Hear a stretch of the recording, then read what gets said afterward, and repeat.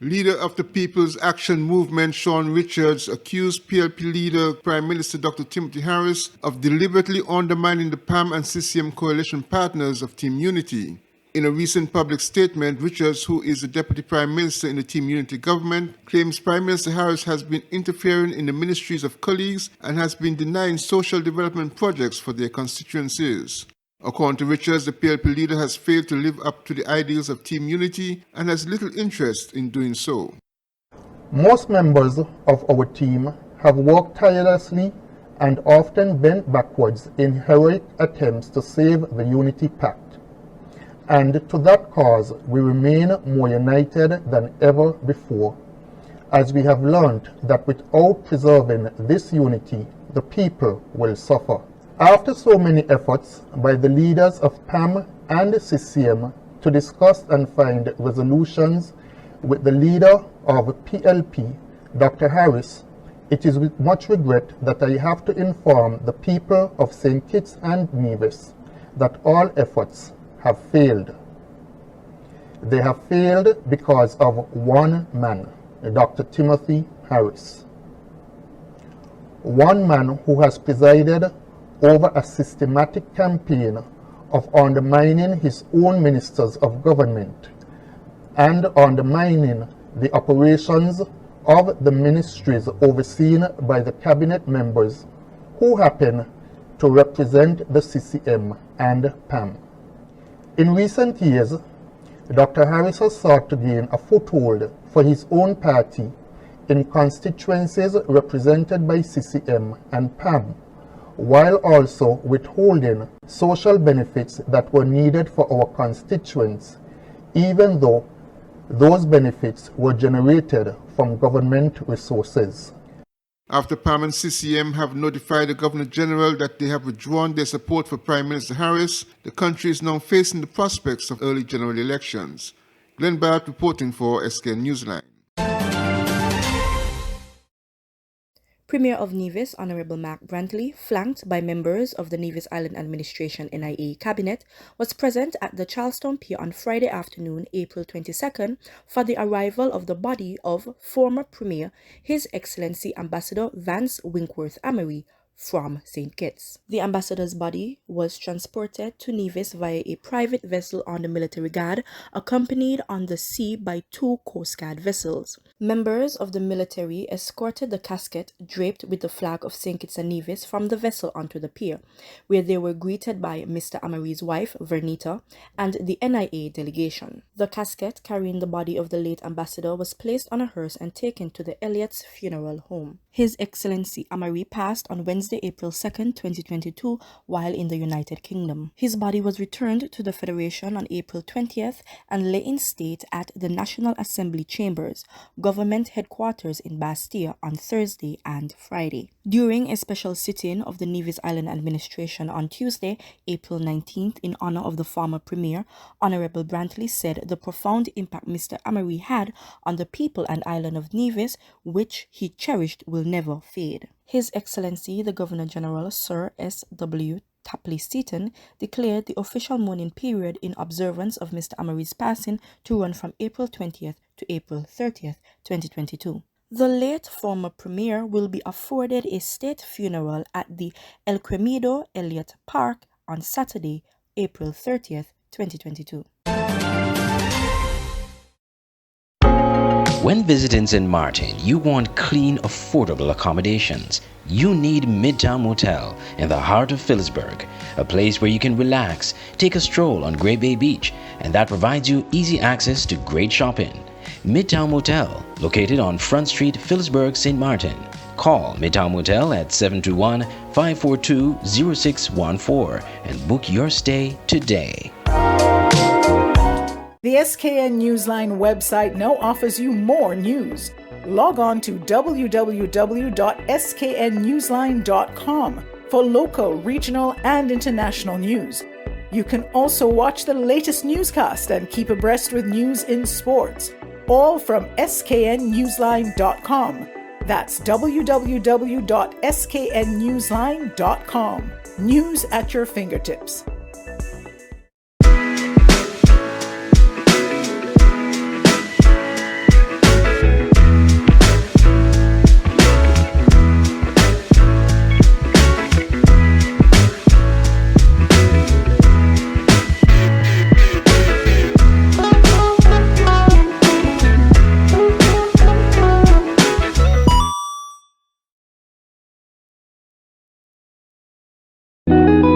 Nestled between evergreen mountains and the Caribbean Sea on the island of St. Kitts is the Millhouse Guest House and Convention Center.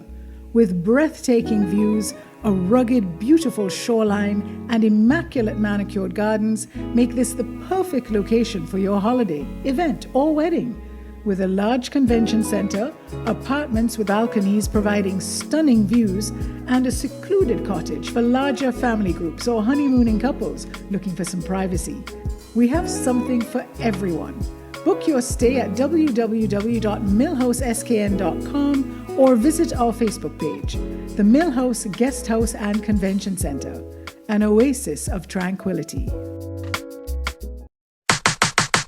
Come get your fresh smoothie at Master Mix Smoothie in Bastyr at 2 locations, the Bastyr Public Market or under the arch at the National Museum. Get a fresh, all-natural, healthy and tasty smoothie with flavors of your choice. Master Mix Smoothie knows the flavors that you like and mixes it all up for you the way you want it. Master Mix Smoothie, 2 locations, the Bastyr Public Market or under the arch at the National Museum. Master Mix Smoothie, always the real thing, always smoothie. The status quo of Team Unity is uncertain if an unscheduled general election results from the current impasse of Team Unity, according to Caribbean pollster and political analyst Peter Wickham. Appearing on a recent Carib Update program, The Narrative, Wickham indicated that the role of overseas voters in the St. Kitts and Nevis general elections could determine the viability of a Team Unity government. Speaking with Callisto Faria on The Narrative, Wickham expressed the view that a general elections in the near term presents uncertain variables. I am not all that convinced that once the parliament is dissolved, once the union is broken up, that the status quo will be retained. Especially as we're now looking at elections being called with borders open. So you don't have the benefit of closed borders. There's some 12,000 overseas voters in St. Kitts and Nevis, and I think that these could make a fundamental difference. And, you know, the last election was, to some extent, unrealistic in the sense that it gave us an idea of what was happening on the ground. In St. Kitts and Nevis, whenever you call an election, you have to know what's happening on the ground, but you also have to know what can potentially happen in the air. When those overseas voters return, it can be a lethal force, bearing in mind that you have margins of less than 100 in many instances, and you have planes that can see 300.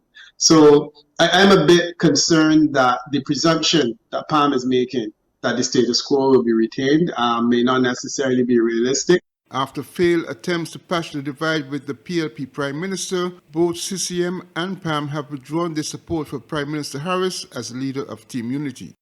Glenn Bart reporting for SKN Newsline. The Hero Caribbean Premier League (CPL) has confirmed that St. Kitts and Nevis will be hosting matches during the 2022 tournament, which will run from 30th August to 30th September. St. Kitts and Nevis will be hosting 7 matches between the 30th of August and the 4th of September, with the home team and current champions St. Kitts and Nevis Patriots playing in 4 of those games. Heroes CPL will return to St. Kitts and Nevis again in 2022 after the Federation successfully hosted the whole tournament in 2021. Pete Russell, Heroes CPL's CEO, said, "The 2021 Heroes CPL was an enormous success, and we are hugely grateful to the government and people of St. Kitts and Nevis who were fabulous hosts. Warner Park is a fantastic venue, and we are very excited to be back there as the St. Kitts and Nevis Patriots get their championship defense underway in front of their home crowd." The Honorable Janelle Powell, Minister of Sports of St. Kitts and Nevis, said, "The hosting of the CPL in its entirety in 2021 in St. Kitts and Nevis proved a success in every way for our people. Tremendous direct economic gains were made in our economy and to individuals at a difficult time during the pandemic. Our people were able to receive some much needed COVID relief socially through the amazing matches, and our very own St. Kitts and Nevis Patriots won its first CPL title in the most dramatic style. This is why we are very pleased to partner with CPL once again as a host venue for their 2022 edition and to have the opportunity to see our Patriots defend their title right here at historic Warner Park. The 2022 season will take place in 4 countries: St. Kitts and Nevis, St. Lucia, Trinidad and Tobago, and Guyana, with the final set to take place at Province on 30th September. I am Justin Thetishira for SKN Newsline.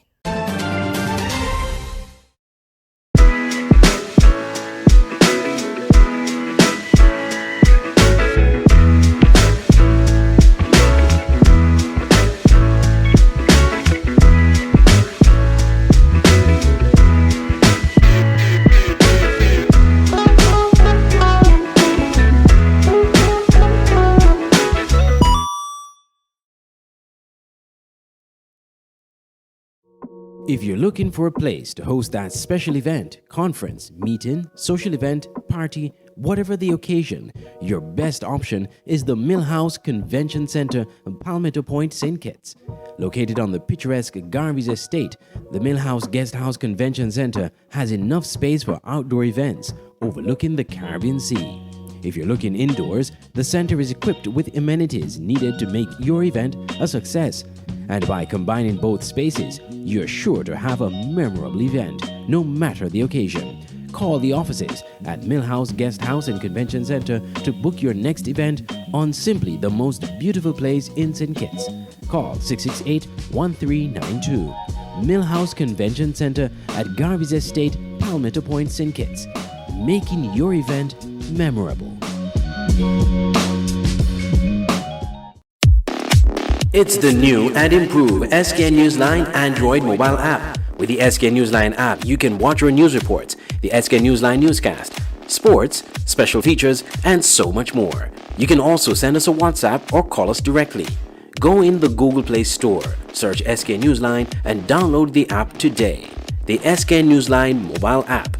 News on the go.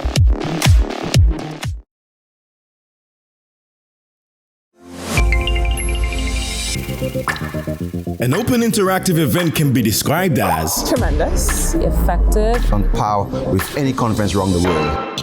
From exhibitions to trade shows, corporate events to product launches, from press events to political functions. We are the secret sauce behind events that make you go, wow. We've staged multiple world-class events in the Caribbean and developed the skill to deliver quality in every detail, whether the event is live or fully virtual, or maybe even somewhere in between. At Open Interactive, we got your events covered. Get your free quotation today at www.madebyopen.com.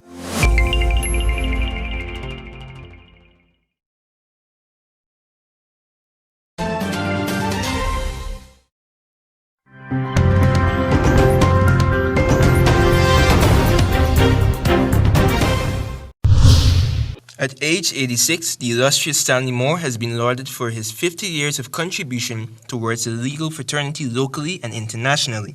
Moore, who recently spoke with his newscast, posited the view that he will not stop serving humanity until his mind stops. The good thing for us is that we can now go to court virtually.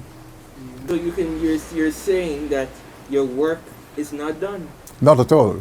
Senior counsel and attorney at law Stanley Moore, a retired judge, joined the Bar Association in July 25, 1970, and in 1990 he served as Attorney General in Montserrat and Guyana during the period of 1970 as a judge. Moore was appointed former Minister of Home Affairs in 1980 under the aegis of former President Elphas Burnham, but eventually resigned 1 year later. Moore, who was born in New Amsterdam, Berbice, currently resides in 120 Thomas Street, Kitty. He is married to Miss Cheryl Moore, who worked as a retired pilot in Antigua. They currently have 7 grandchildren and 4 children. Moore took up senior judicial positions in namely Grenada, the British Virgin Islands, and Botswana. Moore owes his life achievement to senior counsel Rex McKay, whom Moore regards as a mentor among others. Moore in his youth worked at the Custom and Excise Department, but eventually developed a passion for law.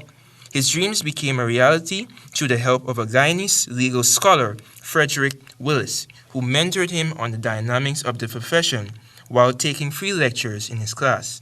Moore eventually took a leap of faith and sat the London University exam, where he was successful.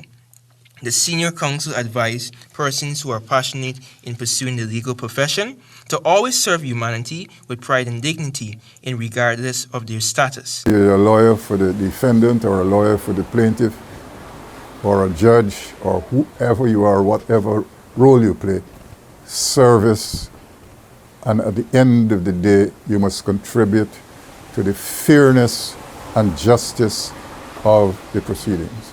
Moore advised persons who are studying law to prioritize and focus on problem solving. This is Antonio Day reporting for HEP 90 News. 1 month before the start of this year's CSEC and CAPE examinations, the Education Ministry is still in discussions with the examination body to push back the examination dates. This although the Caribbean Examination Council, CXC, says it will not. CXC, in a release today, said the exam schedule was determined following an agreement at its council meeting in December 2021 by representatives from participating governments, and any adjustment would destabilize the regional consensus. However, as you'll hear in this report, more than 60% of students in Jamaica set to sit the exams say they are not ready. A survey by the Education Ministry on the readiness of students for regional examinations this year has raised concerns in the education sector.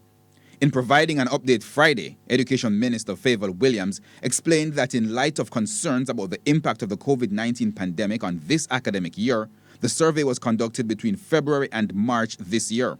And out of that survey, we surveyed 2,812 students, and 1,754 of them really had concerns. They expressed the need for additional time to prepare for the sitting of the these exams.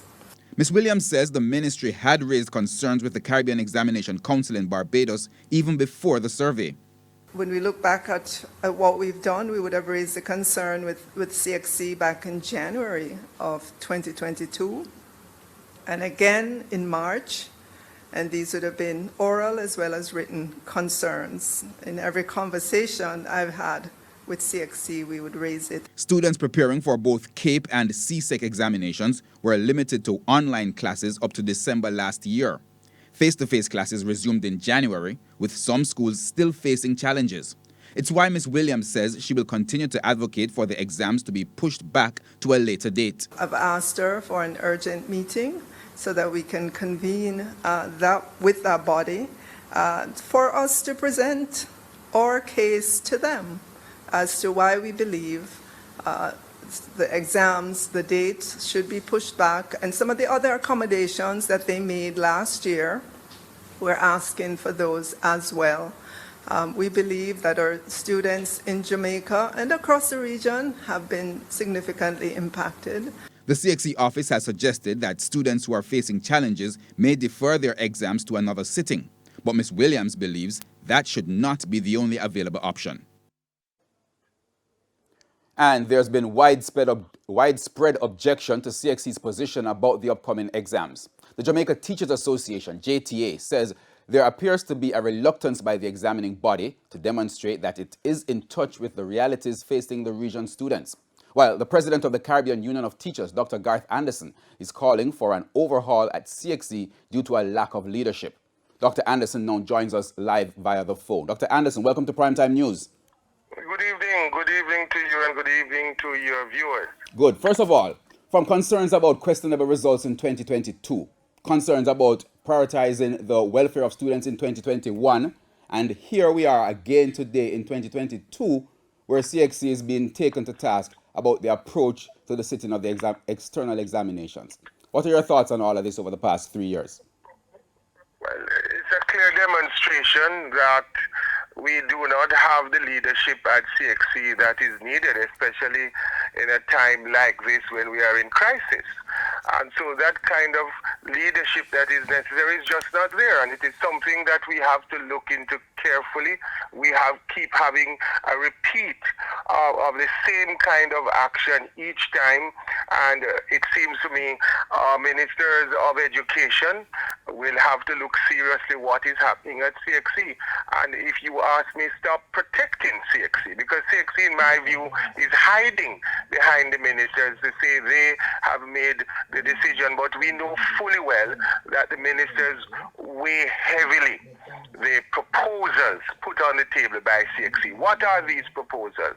There's clearly a serious constipation of ideas at CXC and a leadership deficit that must be addressed as a very important regional body. All right, you speak about the leadership in particular. The CXC board, they have said they had a meeting and they came to that decision. What difference, what changes would you want to see in terms of leadership and that decision? Well, when you talk about decisions, and I've heard that, clearly things have changed, and so they should be able to pivot. What are the options placed on the table for the decision makers? And as I said before, the decision makers, to include the ministers, weigh heavily whatever proposals they put on the table. What I can say from what we have seen is one proposal. We are going to do full-fledged examinations as though we are in normal times. That's the same playbook last year and the year before. And we are back at it again. So we have a problem. Do we have the kind of technical leadership that is necessary at CXC? That is now in question. And who does CXC, do they report to anybody? Okay. Who holds them accountable? All right. They are holding their stance. To themselves. They are holding their stance. So apart from unions, what role can regional leaders play in advocating for the change? Well, clearly, the ministers of education have a constitutional responsibility, a duty of care to the students under their remit. And I'm happy and supportive of our own Minister of Education, Minister Williams, taking a stance, trying to get her colleagues, who clearly hiding from the stakeholders, to come to the table to discuss the crisis. So the CUT is fully supporting that move, and we hope that the ministers will listen to the stakeholders, their students, their parents, because we have been reaching out, we have been calling. To date, we have no response from the chair of COSAD, no discussion taking place, and so CXC is a law unto itself. That is what is happening. This cannot be allowed to continue. It is untenable. Okay, good. Thank you very much. President of the Caribbean Union of Teachers, Dr. Garth Anderson.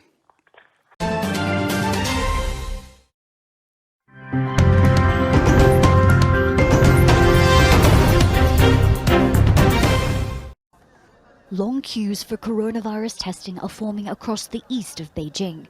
The capital's Chaoyang district has ordered all those living and working here to be tested. It follows the discovery of at least 41 cases in recent days. I do worry, but what can you do? You just have to trust and do what the government tells you. That's why I'm here. I'm not too concerned. I have prepared 1 week's worth of food at home. That should be enough. The warning prompted panic buying on Sunday.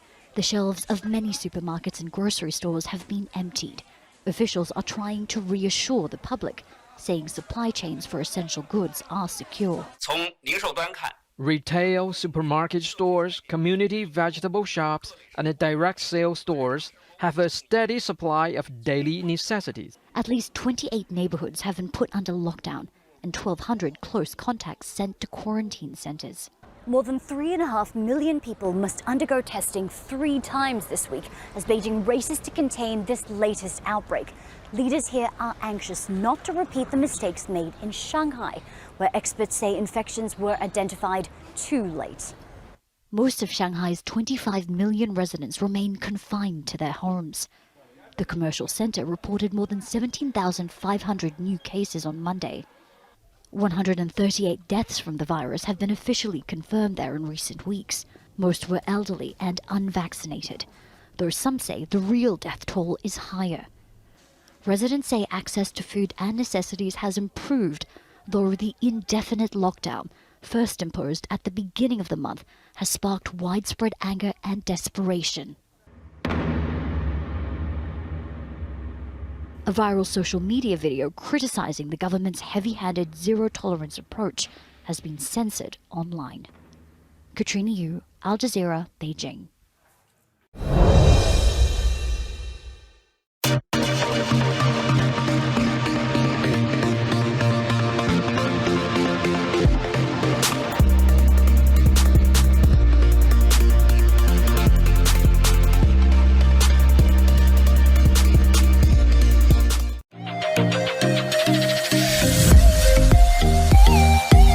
The St. Kitts and Nevis Under-17 women's team, better known as the Young Sugar Girls, are making preparations for round 16 of the CONCACAF Women's Under-17 Championship. From all accounts and purposes, preparations are going well after we caught up with national team coach Tyrone O'Loughlin at the Warner Park. Training going good so far, good preparation. That's one thing, the girls didn't come out in numbers and we having good fun and we going good preparation in terms of the good knocking the ball around, and so yes, going good. We have a good attacking line.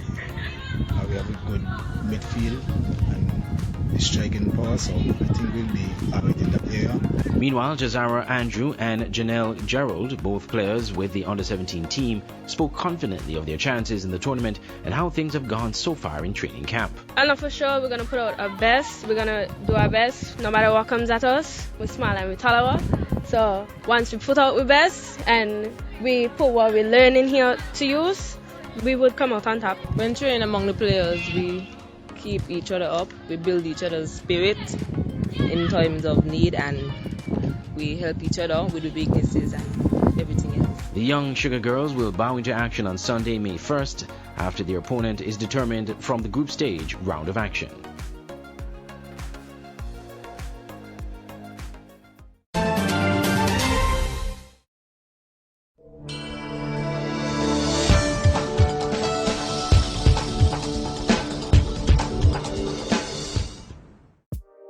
Welcome to the SKN Newsline Weather Report. I am Janil Boone. Here is a look at the 4-day forecast for St. Kitts and Nevis.